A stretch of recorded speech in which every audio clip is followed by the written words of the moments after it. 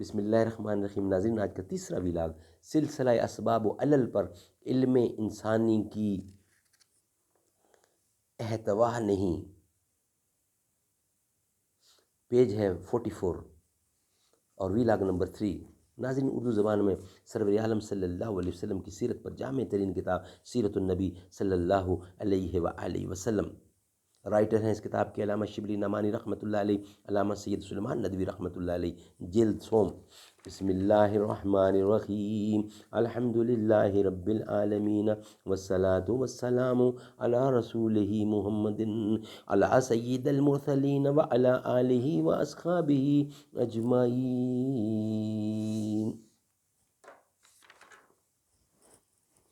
زمیں مانگتے تھے، نظر مانگتے تھے، پیغمبر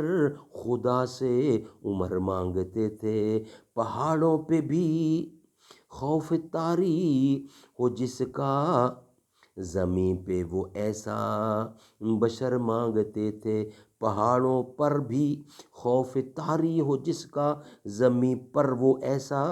بشر مانگتے تھے، زمیں مانگتے تھے، نظر مانگتے تھے، پیغمبر خدا سے عمر مانگتے تھے۔ سلسلہ اسباب و علل پر علم انسانی کا احتوا نہیں، گویا انہوں نے یہ تسلیم کر لیا ہے کہ کائنات کے جو علل اور اشیاء کے جو خواص انہوں نے دریافت کر لیے ہیں وہ نظام کائنات کے چلانے کے لیے کافی ہیں، اس کے لیے کسی اور کے دست اندازی کی ضرورت نہیں۔ کائنات کے چہرہ اسرار کو انہوں نے تمام تر بے نقاب کر لیا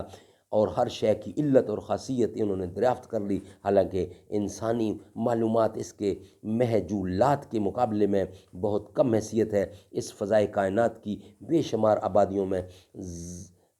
زحمن نام ایک آبادی کے چوتھائی خشک حصے کے بعض اجزائے کائنات تک فقط ان کی رسائی ہو سکتی ہے۔ اس مبلغ علم پر اتنا عظیم و شان دعویٰ کسی طرح زیب نہیں دیتا۔ جن چیزوں تک ان کی رسائی ہوئی بھی ہے، ان کے متعلق جو کچھ انہیں معلوم ہوا ہے وہ صرف اس قدر ہے کہ یہ چیزیں اس طرح چل رہی ہیں، لیکن یہ حقیقت کہ وہ کیوں چل رہی ہیں اور اگر اس کے خلاف چلے تو کیا استحالہ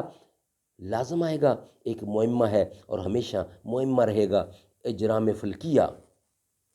اور طبقات ارضیہ کو چھوڑ دو کہ وہ دور ہیں، تم یہ کہتے ہو کہ بجلی میں یہ قوت ہے، سنکھیا میں یہ اثر ہے، مقناطیس کا یہ خاصہ ہے، لیکن یہ بھی معلوم ہے کہ کیوں ایسا ہے، اور نزدیک آؤ اپنے جسم کی دنیا کو دیکھو تو صرف یہ جانتے ہو کہ سانس کی آمد و رفت ہمارے پھیپھڑوں کی حرکت سے ہے، نبض کی رفتار قلب کی قبض و بسط کی ڈوری سے وابستہ ہے، تمہارا نفس یا ذہن لمحوں میں ہزاروں میل کی خبر لیتا ہے، اور خدا جانے عجائبات نفسانی کے کیا کیا تماشے دکھاتا ہے، لیکن کوئی یہ حل کر سکا ہے کہ ایسا کیوں ہے؟ دل کو کس نے مضطرب بنا رکھا ہے؟ پھیپھڑوں کی دھوکنی کس طرح روز شب و مصروف عمل ہے؟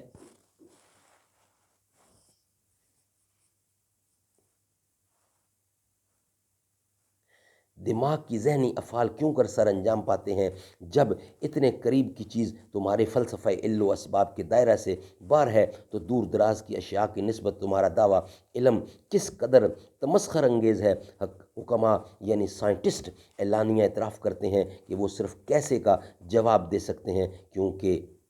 کیوں کا جواب ان کے موضوع بحث سے خارج ہے۔ فلاسفہ کا یہ حال ہے کہ وہ فلسفی بھی ایک نظام خیال پر متفق نہیں ہیں، بلکہ جیسا کہ علامہ ابن تیمیہ رحمۃ اللہ نے الروح المنتقین میں لکھا ہے، فلاسفہ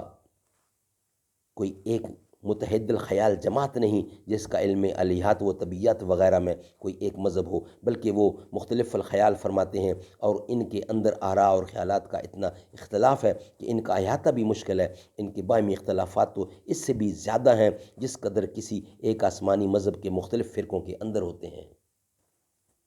اس اختلاف رائے اور اس خیال کی بنا پر کسی فلسفہ کا یہ دعویٰ کہ مذہب کا فلاں مسئلہ فلسفہ کے خلاف ہے، اس لیے ناقابل قبول ہے۔ سبحان اللہ۔ ناظرین انشاءاللہ بھی لاگ نمبر 4 کے ساتھ آپ سے ملاقات ہوگی۔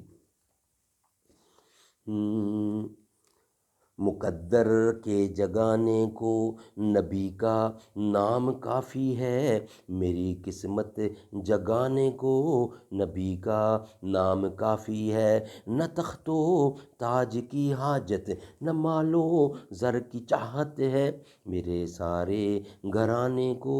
نبی کا نام کافی ہے، محمد نام لینے سے سکون قلب ملتا ہے، دل مضطر بہلانے کو نبی کا نام کافی ہے، متاع کل کیا قرباں کہا صدیق نے، پھر یہ میرے اس آشیانے کو نبی کا نام کافی ہے۔